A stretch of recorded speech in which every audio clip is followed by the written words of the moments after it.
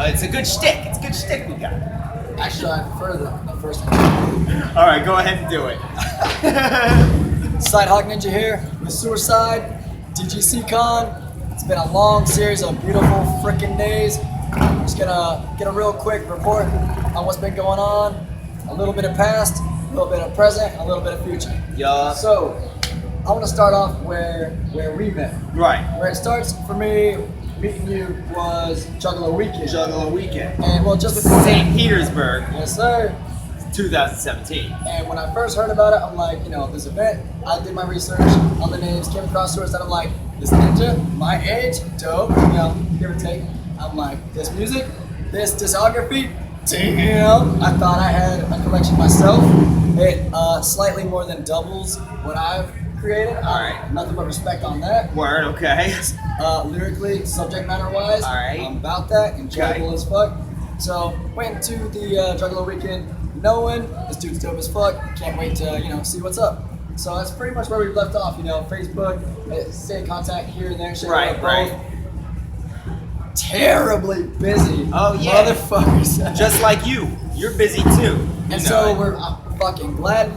Look, we both had to come to Detroit to get fucking 5 minutes together, even though we both stay in Florida, like hours away. Right. It's easier for us to get together out of state than it was in the same state. Technically, time-wise, I only traveled the same amount of time as it would take for me to drive to where you stay at to get to Detroit or Michigan is what I'm saying. Because I took a plane. I hopped on a plane. It was a 3-hour flight.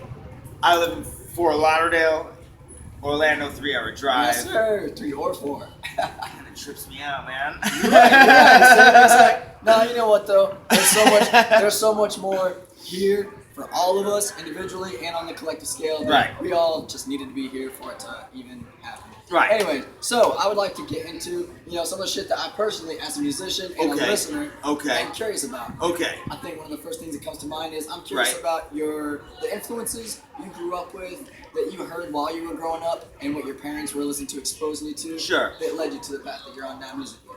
Okay, well, I was raised on the Beatles. Okay, so and classic rock in general, but the Beatles was it. That was the fucking main event. And so I would say, if I had to name my 3 favorite entertainers of all time, and I have done this before, so this is material, all right?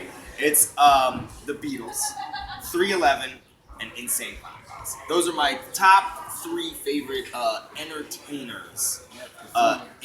I don't know if I would say that their style specifically influenced what I do, because my stuff doesn't sound like the Beatles or 311, closer to ICP than the other 2. I heard, but I would say my style, though, I think is influenced a lot by old Cottonmouth Kings, Royal Highness, more High Society than Royal Highness, although I love both. But I would say my style, more High Society.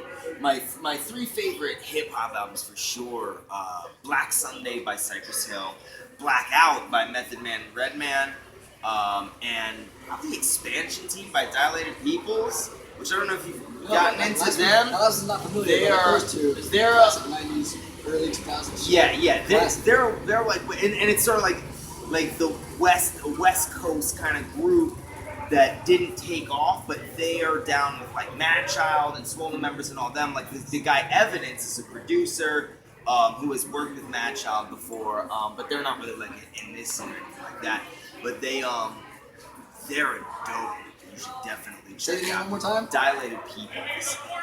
They're a West Coast stoner kind of group, but like funky hip hop, That's the kind of shit that I like to listen to. It's good to hear. That sounds like a strong and pretty diverse foundation. Without a doubt. I also love rock.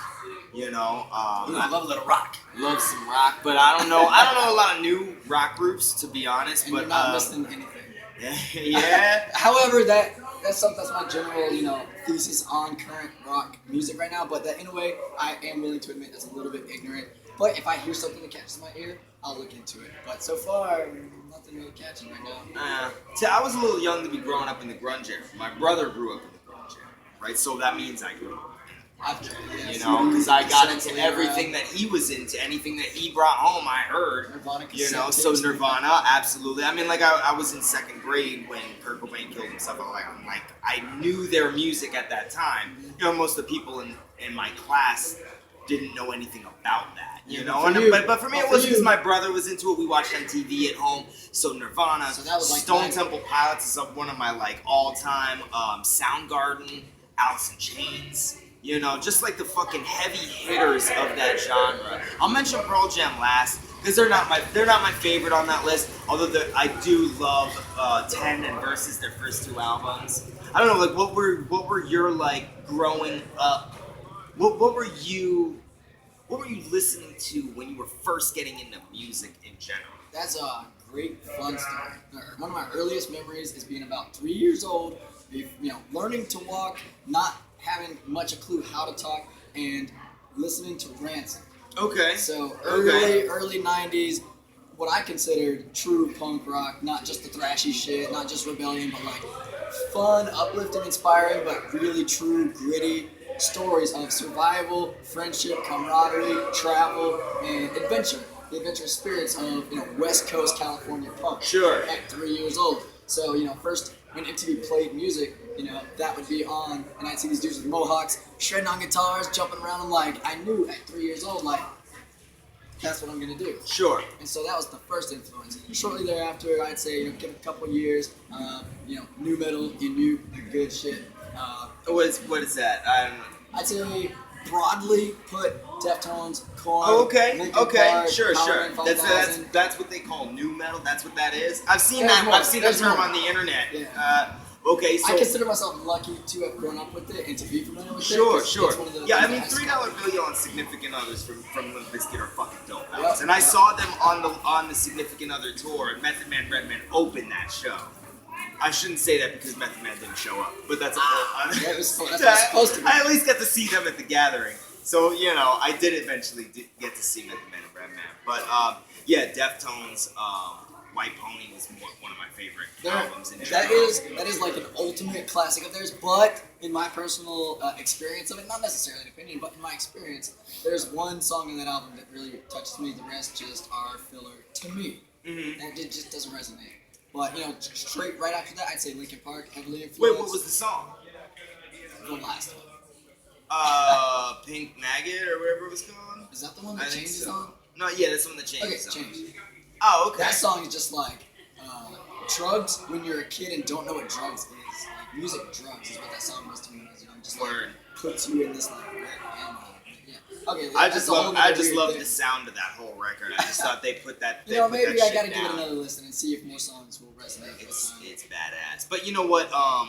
That's the beauty of having a broad spectrum of music. Also, is that you know when you have a large fan base like Deftones do, you know their fans will have favorites. I don't even listen to any of their other records. Like I had their first one, which I think was called Adrenaline.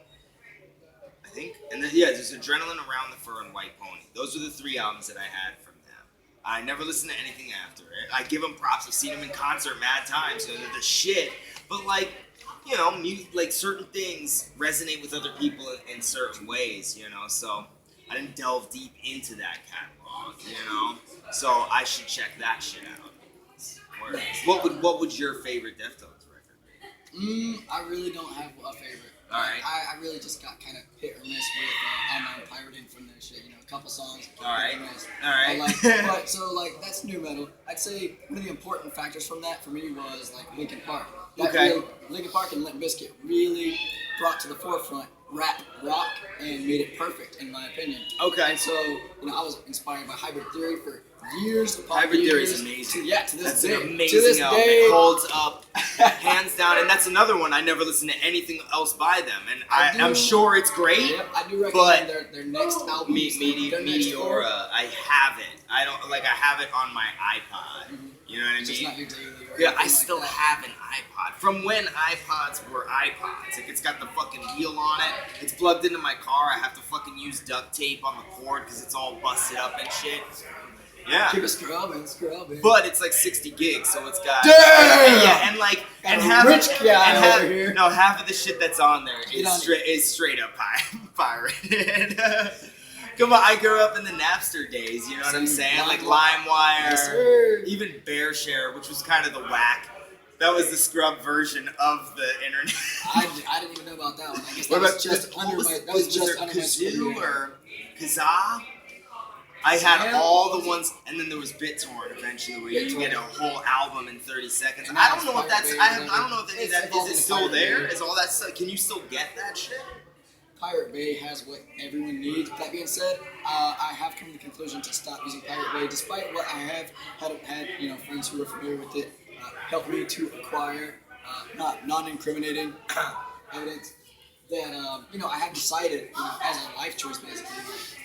As musicians, we see the impact that would have on us if that was ours being taken for free. So I have enough empathy to be like, if I like this artist enough to listen to their shit and appreciate the music, then I will put what money I do have towards. Oh, totally. So that's where I drew the line on that shit. That's when why. a friend got me 19 albums by one band, not a band here, not Psychopathy or anything like that, but a friend of mine got a very prestigious artist's first 19 albums, and was like, here you go, man. I'm like, dude, that's fucking amazing, and it's awesome. I listened to what I could not make it anywhere near through those 19 albums, and was like, it's not only overwhelming, it's just not the right way to do it. I think a lot of people, there's a lot of speculation. All right, let's move a little more towards the present now. All right. Studies running on a little more than expected. The original intent was about 5 minutes. We'll see how long we can reach before it just fucking spirals into a fucking black hole. She's like, I'm filming this whole thing. Wrap it up. Hey, and even when it's wrapped up, we're still just gonna be fucking hashing it. So anyways, let's get back to the present a little bit. With the current generation of, all different ages, the speculation of what music is bound to evolve into next. Right. I think I've heard a lot of different people, some speculation saying albums are no longer a thing. People only want singles and hits. While I think singles and hits have their place as like in between albums, I don't think that's necessary. That's not how I listen to music. Being a '90s kid, albums is where it's at for me. If I have an album I can listen to front to back and it's worth it to me, then that's an album that I will listen to front to back. Let's Pit, Shangri-La, any Joker's Cards, any in between Joker's Cards. Yeah. Is something put together you can listen to front to back.